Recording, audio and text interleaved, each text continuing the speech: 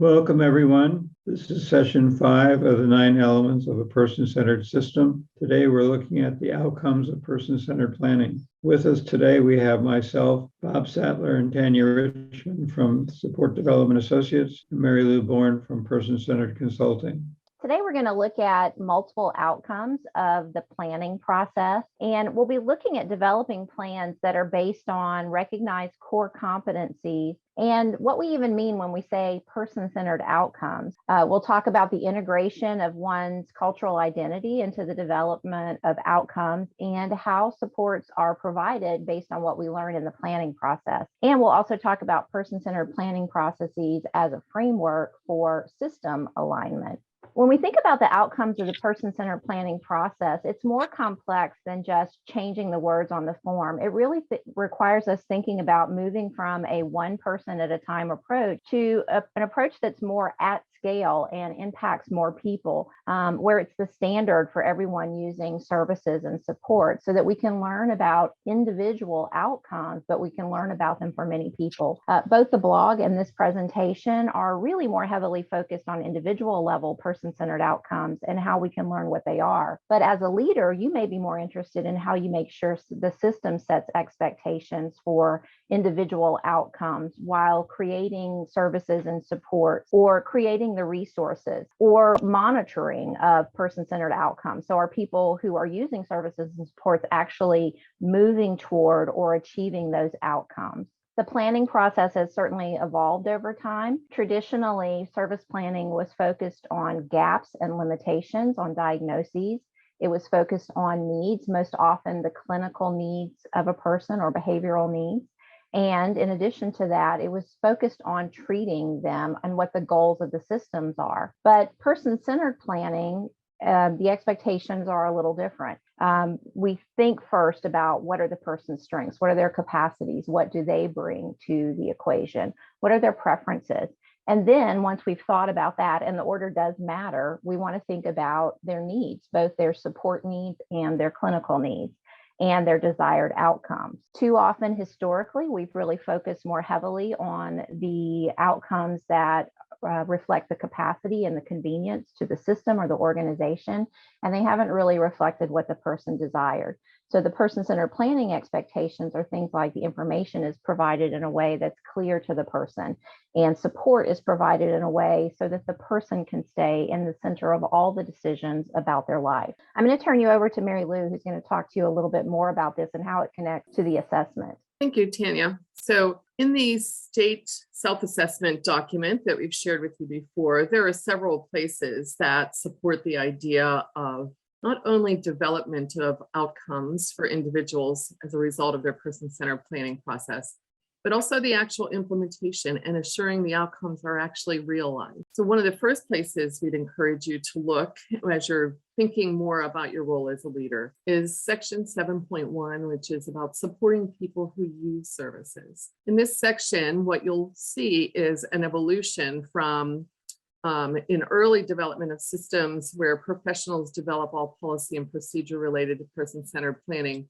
without any input from people who receive those services or depend on them, or their family members and those who love them, to a system where people who use services regularly contribute to policy decisions, particularly related to person-centered planning and the monitoring of those service plan accomplishments. So when we look at this full scale of development, and when you think about the system that you're operating in or that you're working in right now, you can use the assessment to identify at what stage is your system in the evolution. Most have moved beyond that first stage, but very few we've found have actually moved to what would be step 5, where people regularly contribute to changes in policy. When you look at, let's go to the next slide, and we'll look at some of the questions you can ask yourselves. And one of the first is, how do you assure that at a system-wide level, policies reflect not just outcome development, but outcome accomplishment that's meaningful to people?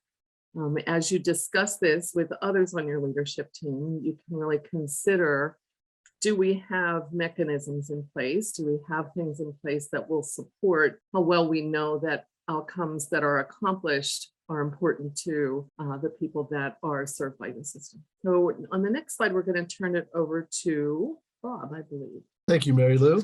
And as we think about this, what we really need to be mindful of is that the plan is not the outcome. And how do we think about it from a broader standpoint? Traditionally, there's been the belief that once the plan is written, our work is done and someone else can make it happen. But actually, the completion of the plan really is just the beginning of the work. The plan, it really is where all points of the system converge. It identifies the promises that are made to a person whom the plan is for, so we can support that person to move toward the life that is desired. It is the contract for organizations to deliver identified services and supports. It provides instructions for the supporters of the person to know what to do and learn so that the person can lead a meaningful and purposeful life. It identifies the services, supports, funding, and licensing that is needed to make the plan become a reality, and that those things are present. And it can serve as a mechanism to really address quality management so we can see whether the promises are being fulfilled in the way the person desires. So we must not think of the plan as someone else's responsibility. In actuality, it's all of our responsibility. And as we think about that, what is the plan really designed to accomplish? We really need to be mindful of it really is part celebration and part exploration. It's a structured way of listening. It's a way of learning and describing what's really going on for the person, who the person is, what matters most to the person, and most importantly, what do we need to do to help that person reach the desired state that they want to have in their life. And to help us do that, NCAPPS has put together 5 core competencies, and we'll look at these briefly to really examine what it is that someone who's facilitating a plan really needs to take into account when that plan is being developed. And you can see on the slide, there's a website address that you can go to get the 5 core competencies. So we will look at all of these in order. So the first thing we really want to look at is a strength-based, culturally informed, whole person focus. It really is about discovery. And this is really where we can identify what are the strengths and interests of the persons. It also identifies the gifts, the talents and connections, and the resources that a person has. It also is very mindful of what is the person's culture and how is that representative as part of their life? How does that lead to their identity and how they wish to identify that and share that with others? Is it an individual culture? Is it a group culture? Is it based upon similar interests? These are things that we need to be mindful of as we start to think about how are we going to support the person in the way that makes sense for them. Expectations for outcomes really is about the dreams, the vision, the aims and the meaning, the purpose that the person wants in that person's life. So what can we do to really think about what is needed to make this happen? When we think about culture, this is something that really is taking more and more of a forefront in what we do and how do we be mindful of that. We really need to look at a difference between cultural competence and cultural humility. I think they're very closely related. And if we are exploring with a person about what it is that they want to share with others, we really need to be mindful of both of these. Cultural competence really is about understanding who you are, who others are, and how we continue to learn and reflect on one's own practices and beliefs. It really is the ability to understand and communicate and effectively interact with people across cultures. We need to be open-minded and respectful of cultural differences in everyone that we meet. In doing so, we need to be aware of our own worldview. It needs to help us understand how our cultural beliefs, the sets of patterns and beliefs that we have, such as our thoughts, our manners, our actions, things that have been passed down through our family, through our experiences, how they may positively or negatively influence how we interact with others. And we need to be mindful of that. While we may not be able to avoid those things that impact our biases, we do have the ability to figure out how we're going to act on that. And so how can we develop positive attitudes toward these cultural differences? And we can do that by continually learning about cultural practices of the people we support, both the similarities and the differences between people from all cultural groups. We can gain knowledge of the different cultural practices and worldviews. We can understand what might be contributing as a barrier to accessing services and supports. It could be a stigma. We really want to think about what is it that we are doing that may limit someone's ability to fully interact with what it is that they want to achieve in their life. It may be about literacy. It may be limited language abilities. People may be unfamiliar with services, or they may experience racism or oppression or discrimination or trauma, as we talked about last time. just to name a few of these things. Finally, it's about making a personal and professional commitment so we can learn about people from the cultural groups and those people that are different from our own cultural groups. And how do we turn this knowledge into skills so we can improve our work? What we need to avoid is the trap of cultural competence being a checklist. I've taken the class, I'm now competent.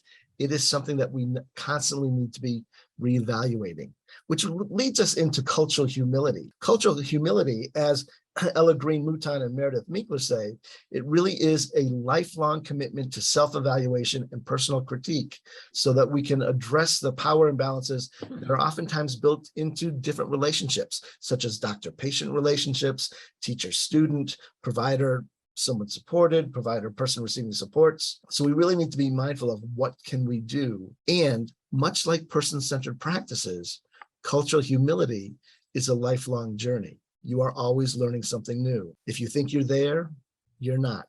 So we really need to think about how do we stay open-minded to really examine that. And as we're thinking about culture, one of the things we need to be very mindful of is something known as a culture of one. When we think about a culture of one, we need to be mindful that everybody has their own cultures that they belong to, whether it's spiritual cultures, family cultures, ethnic cultures, and it may also be hobbies and interests, such as painting, such as coffee connoisseurs. It could be anything. What we really need to be mindful of is how does that person choose to take that culture and express it for themselves? And if they are from a culture of one, where one is the family culture, and perhaps they want to do something different than what the family culture is used to, how do we support that person in a way that makes sense, not only for them, but for the family as well? And how do we find a good balance for that? It really is this culture of one where identity is expressed itself. I could tell you I grew up Catholic. I still say I am a Catholic, but there are things about the Catholic religion that I may not agree with. And that's part of my identity. And how do I express that in a way that works for me as well as works for my mom? So we really want to be mindful of that culture of one. And as we think about this, how do we address this from an assessment standpoint? So I'm going to turn it over to Mary Lou so she can continue that conversation. Thanks, Bob. And we're going to look at a couple different sections that are in the self-assessment for states as we go through this morning. But let's just go ahead and take a look at section 4.1, which is person-centered planning and support plans. So as Bob mentioned, it's really important that we look at the whole person, and we have intentional ways to look at the whole person. And what you'll find in section 4.1 is that really the understanding of how your system approaches person-centered planning and developing support plans. It evolves from the very first step where agencies devise their own person-centered planning requirements. So there may not be consistency across the state, or there may even be some practices that vary significantly in how well they meet your agency's definition of person-centered planning. And when you look at the highest evolution, there is a comprehensive person-centered planning set of procedures or steps or recommendations that not only do they meet the current accepted practice around person-centered practice, but they also meet things like the National Culturally and Linguistically Appropriate Service Standards, often referred to as the class standards. And if you look in the self-assessment, there is a link for the class standards in the assessment tool itself. And understanding people's individual preferences for new learning, which also infers risk and how people want to take risks. We mentioned that, and we talked about it a good bit during the trauma session previously. So when really effective person-centered planning systems, there is an intentional way to address cultural identity, individual identity, how people want to be approached in understanding their own preferences, as well as their own tolerance for taking risk to learn new things.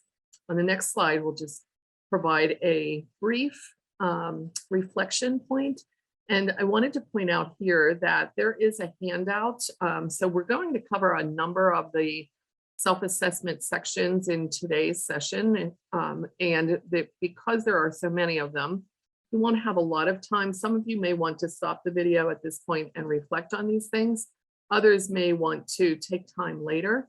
And to support both of those options, there is a handout that has each of these reflection points on it and some brief suggestions for how you might go about that. So in this particular one, when we're really looking at, do we have a comprehensive way that consistently supports person-centered planning and the development of support plans that address individual preferences and particularly cultural competency? As a leader, how do you assure that the service plan process cultivates individualized planning and also meets national standards? Bob mentioned, I'm sorry, I think it was Tanya who mentioned right at the very beginning, a set of home and community-based service requirements that apply to some, but not necessarily everybody that is participating in this learning collaborative. However, when you read through those national requirements, you realize that they cover a broad range of services.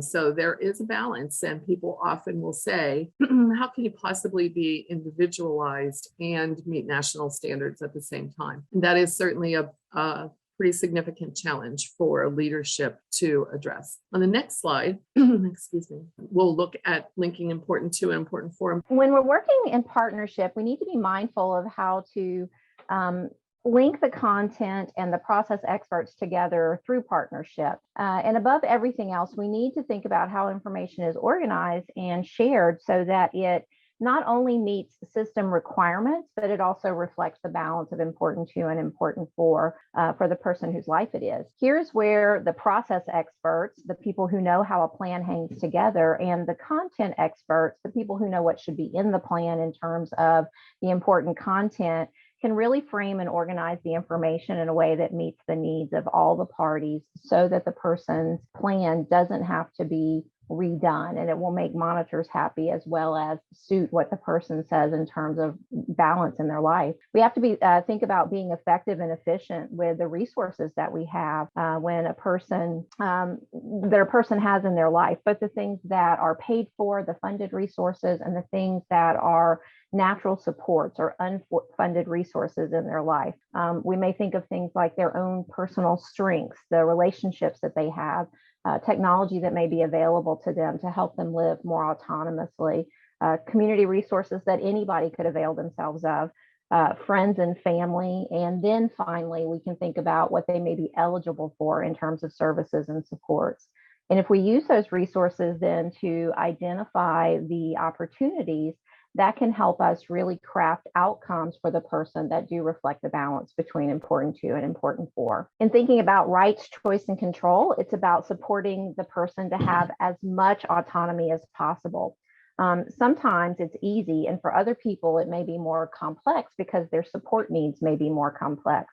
We want to be respectful every time we are supporting someone. And the question then is about, where is the line in making choices? Where does the person make choices on their own, and where can others assist them to make choices, or where do they need assistance in making choices?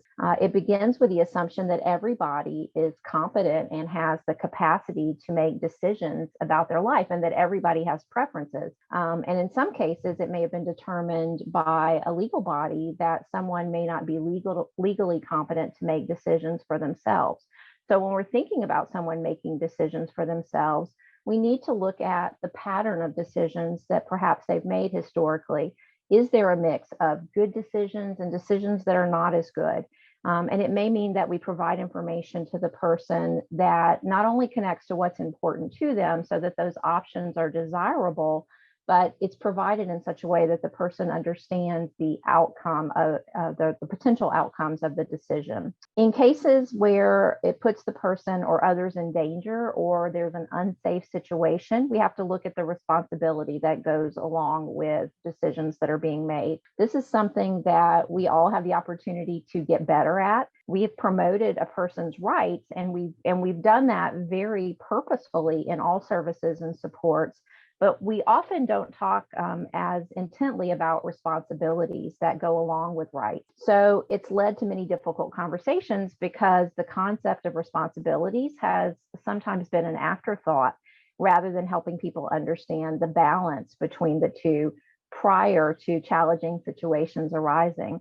So if we address that as part of the planning process, we may find that there's an outcome that supports the person to have more control over his or her life, while also having more of that balance between important to and important for. When we talk about partnership and teamwork, if we're facilitating a planning process or supporting someone who would self-direct their own planning process, time needs to be spent with the person whose life it is prior to the meeting to help design the meeting, from when and where it's going to occur. Is it going to be at a time of convenience for the person? Who will provide the information for different parts of the planning process, whether in person or through other means, maybe telephonically or through Zoom or something like that? How information will be discussed and who needs to know what. Not every person who's a part of a planning process in terms of being on the planning team needs to have access to all of the information about all of the decisions or all parts of the person's life. Additionally, we need to pay attention to roles and responsibilities, keeping the person in the lead wherever possible.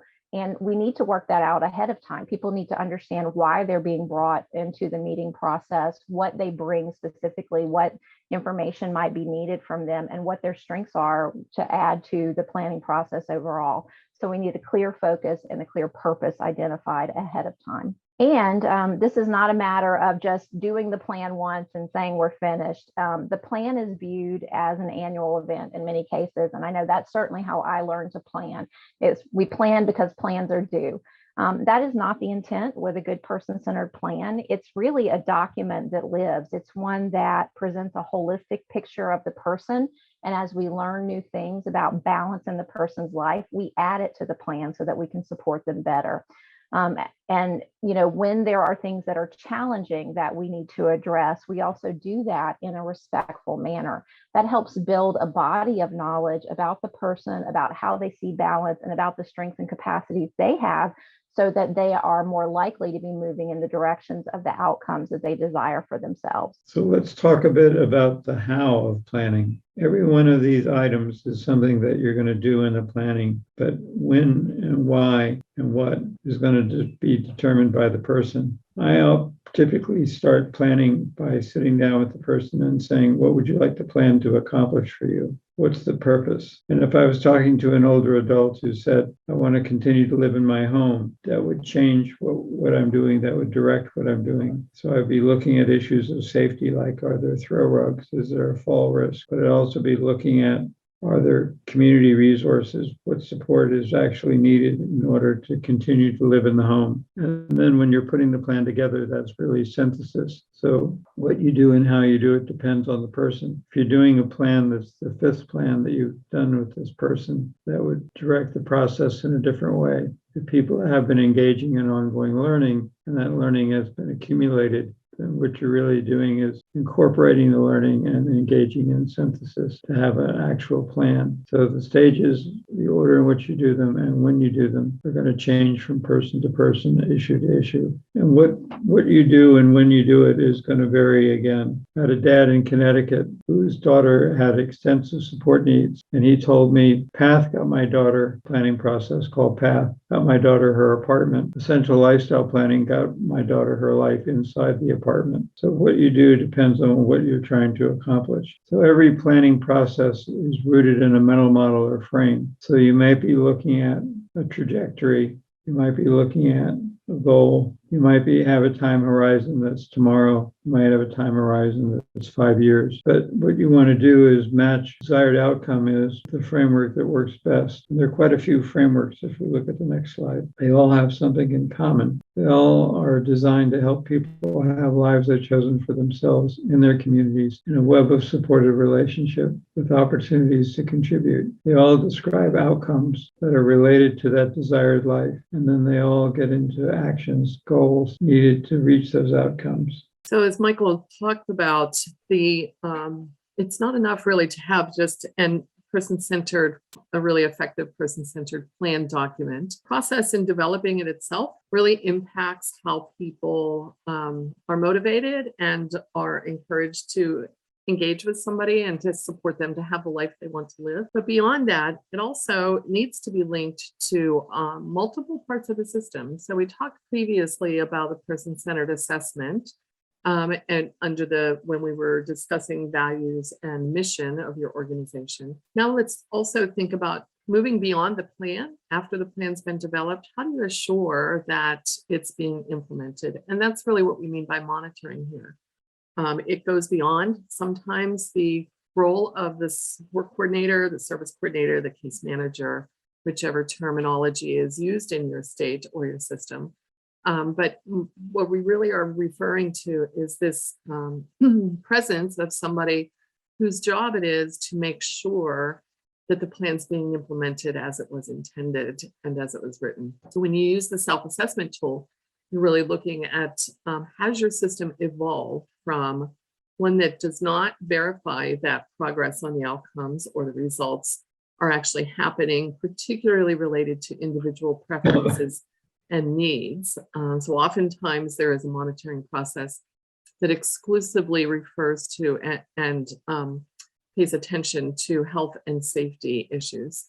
But we may evolve that to a system that monitors the process to assure that it respects individual culture and identity, and that itself is reflected in the preferences and the progress that's being made in outcomes. It also includes a way to respectfully and with dignity monitor the progress of risk mitigation activities and rights modifications that may have had to take place so that the individual has what's important for them present in their life, so that people aren't put at undue risk and aren't putting others at risk based on learning that they need to carry out further. And so really when you look at this full approach to monitoring, you want to ask yourself the question that's on the next slide. As a leader, how do you assure that monitoring isn't just an empty ritual or a checkbox process, but a meaningful opportunity to ensure that person-centered preferences and outcomes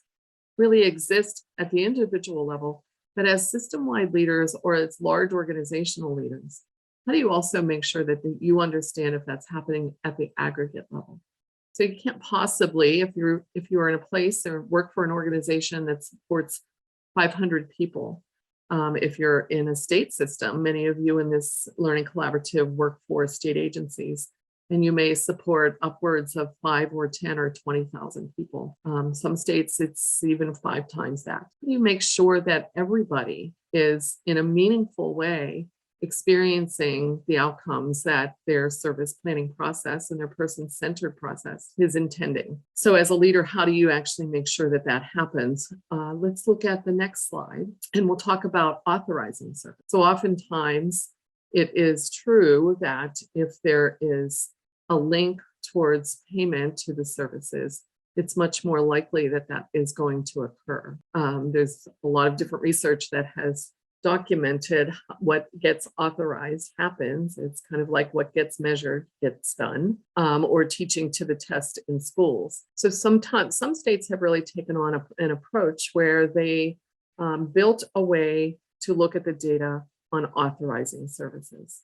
So do you have a system in place that perhaps is still very early in evolving here, and some of your first stages may look at service authorization that is strictly related to a predefined frequency cycle. In some systems, that might be a 90-day cycle, that authorizations are renewed every 90 days. Prior authorizations are completed in some places every 60 days. Other systems, more the long-term service and support systems, it's 365 days. But the point is it dictated exclusively by that predefined frequency, or has your system evolved to step 5 in the self-assessment, where service planning and service authorization align with the accomplishment of individual outcomes, and therefore they change as the individual's preferences and needs change and as outcomes are realized in their life. So thinking about your role in that, you can, on the next slide, you'll see the question to reflect on here is, how do you hold discussions with your, and I use the phrase case management. I realize that support coordination or service coordination may be a more accurate definition in your area. But how do you hold those discussions with that particular unit and your fiscal agency staff to assure that the outcomes drive the service authorization rather than vice versa? We'll talk a little bit more in a few minutes, but in some states, we have where we have done assessments of their statewide system, we found that actually fiscal staff who are responsible for approving authorizations actually have an approval role in the service plan itself, which really is one of the things that as a state leader, you would want to make sure is not part of the process because it limits an individual's control over their own life preferences. So a way to see that will show up on the next slide when we start to talk about outcomes. And as we talk about outcomes, it really is going to be, it may be a new way of looking at things as we look at moving from a traditional planning model to a person-centered planning model. Outcomes take on a different look at it. And how do we approach that? So when we think about outcomes, outcomes really are a specific description of what is going to be different in the person's life because of specific actions that we take. It is the expected state, not the current state. And you can see here a picture of a graduation cap and diploma, and graduation may be the outcome for the person. It may not. If we think about all the things that go into being able to graduate, you need to take different steps. You need to determine a major. You need to get accepted to a college. You need to pay tuition. You need to attend classes. You need to get passing grades. And it's a multi-year process. Outcomes don't necessarily happen in 365 days, which is typically what our planning process has been like. Every year, we'll evaluate somebody's outcomes and did they achieve that? When we really think about outcomes for ourselves, it may be a longer process. Now, for some people, graduation may be the outcome because maybe they are the first person in their family to go to college and graduate, and that's the outcome they want. For others, graduation may just be a stepping stone to an outcome of a career that somebody wants. So it continues. It's very individual, and we really need to think about how are we making that happen. As we look at outcomes, we really need to avoid the cut and paste function of putting things into a plan or a scroll down menu saying, this is the outcome we want for this person. It starts with listening. It starts with discovery. So we really need to frame it around what the person wants. And then what do we need to do to make that happen? When we think about outcomes, outcomes really describe what we want to do. What is the hope that we have that we will accomplish by doing these certain things? It really is the ultimate result of all of these activities. And it changes the person's hopes to achieve things. So we really want to think about what are we doing to help the person move along that continuum to the outcome that they want. And we always need to ask ourselves, what will the person gain from the supports and services that we as a system provide to that person? If we think about that graduation outcome, we can build in, we've got to save money for college, so we can build in some financial goals and some other steps to really think about things. We may need to think about transportation. We may need to think about how somebody studies in a way that makes sense for them. These are supports that we could provide to help that person learn how to do that. And so they all go hand in hand. And as we're looking at really identifying what it is that the person wants, before we develop any outcome statements, we as a team need to figure out, how does this relate to what is important to the person? Many times in plan reviews, we may see all of this great stuff about what is meaningful to the person, and then we get to the outcome and there's a total disconnect. We really need to think about how it all works together. So if we identify what is important to the person before we even start, it'll help frame the information that we put into the document and the support strategies that we devise. So to give you an idea of an outcome statement, here's one for Cynthia. It identifies what is important to her as well as what is important for her. And when we think about the important for, that's really where we're getting into how do we support the person. So Cynthia joins the Wilderness Hiking Club because she likes to be outdoors in order to enjoy the outdoors and maintain her weight. Typically, we may have seen a goal previously or an outcome previously is Cynthia will maintain her weight for so many days, so many periods. And so we'll have monthly weigh-in sessions and we'll monitor diets, but that's not really important to her necessarily. So we really need to think about how we pull them all together. And a little bit more about Cynthia, about why this goal is in place. Cynthia is somebody who's in her mid-40s, and she's been trying to achieve a healthier weight. Assessments reveal that she's developed type 2 diabetes. She's worked hard at losing weight, but is having trouble maintaining a healthy weight so that she can best manage her diabetes. She's tried using the treadmill. She's tried exercise videos.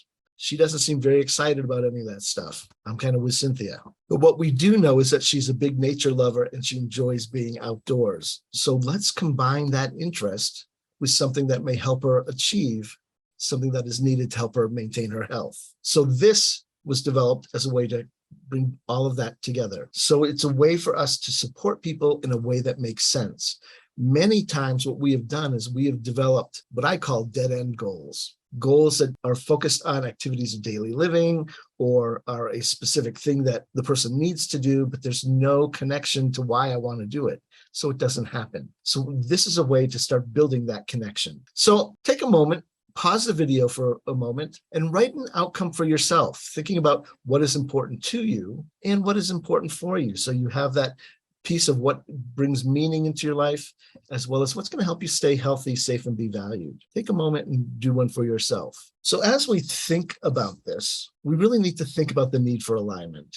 All of this comes together in a way that makes sense. As I said at the beginning, this is a system process. I think the plan really is the mirror of the system. So if we think about it from a standpoint of alignment, what we need to be mindful of is that the plan really is the focus. And from an individual standpoint, it captures what the person really desires, things that they want to keep the same or things that they want to change. And when we are developing outcomes, it can be, as Michael said, I wish to stay in my home as I get older. So we need to think about things that people want to keep the same. Many times our plans are focused on things that need to change in the person's life. We don't always want change. In fact, sometimes we build upon the strengths and skills that we have. How many of you like to cook so you learn new recipes over the course of the year? That improves your skills and it helps you maintain being in the kitchen and cooking or at the barbecue and cooking. So we really want to identify that for the person. When we think about the services and supports that are being provided, are they reflective of what's being asked for? And do they align? So are they conducted in a way that makes sense for those who are providing the supports? They know what to do in order to help the person. The more specific we can be, the better that is.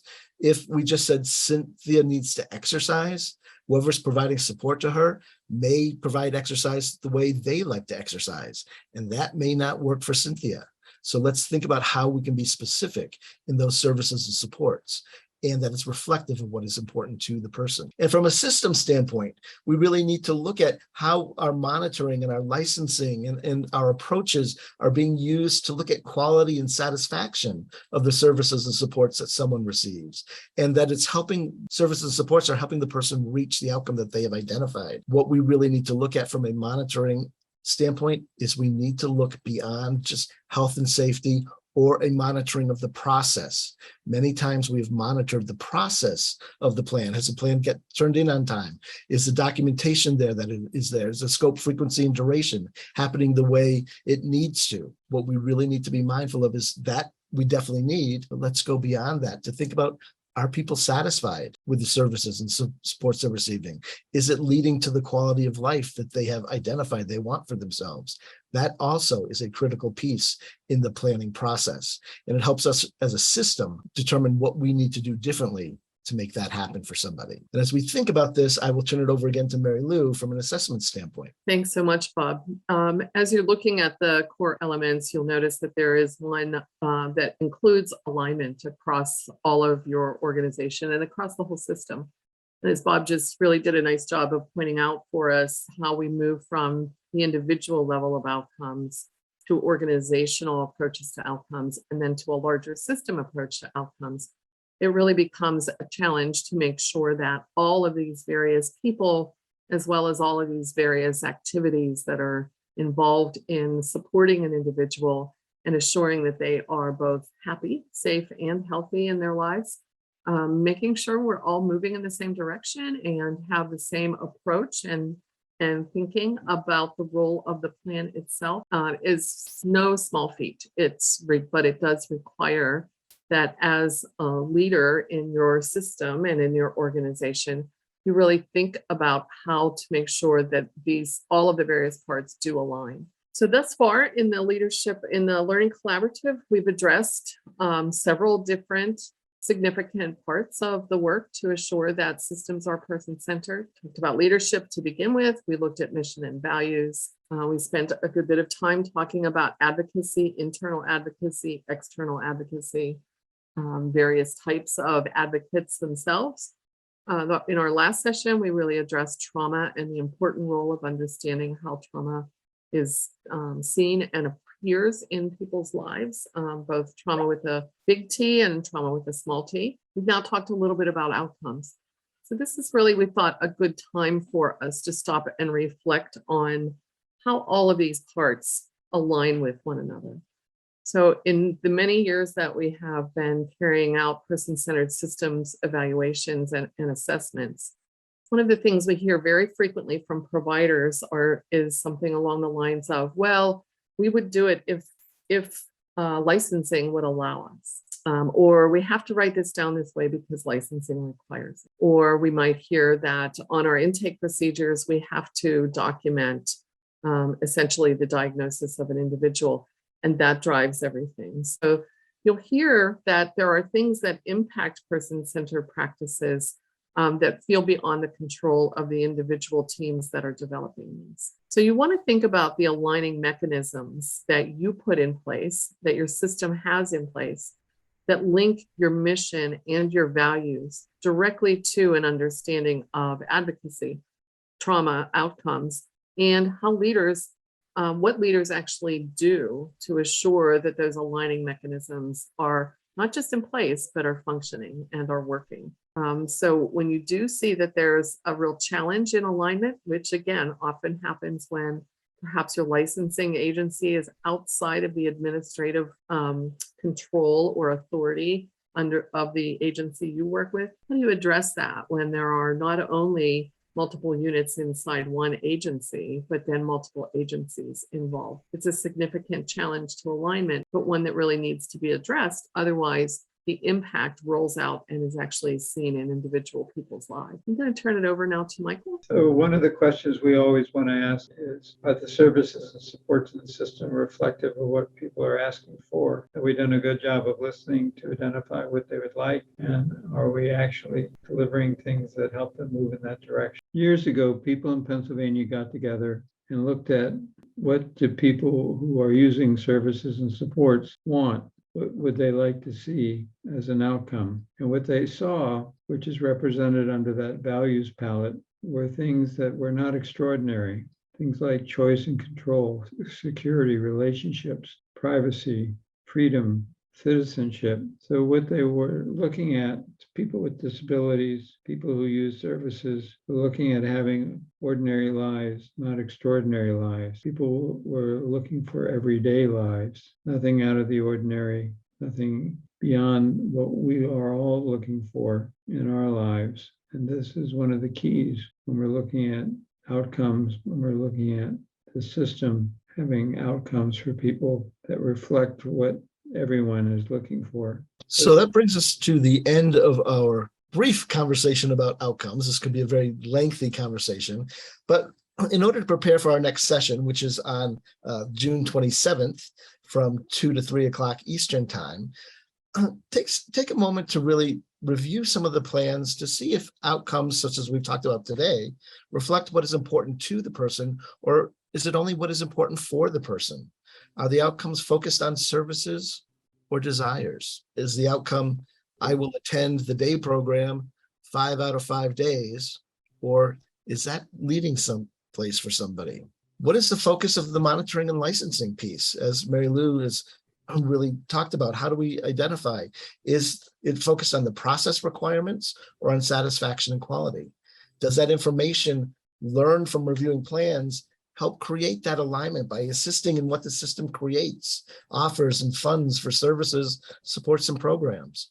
How do we use all of this information collectively to really support people in a way that makes sense for everybody? And we will talk about that when we get together on June 27th. In the meantime, if there's any questions about anything, please reach out to us.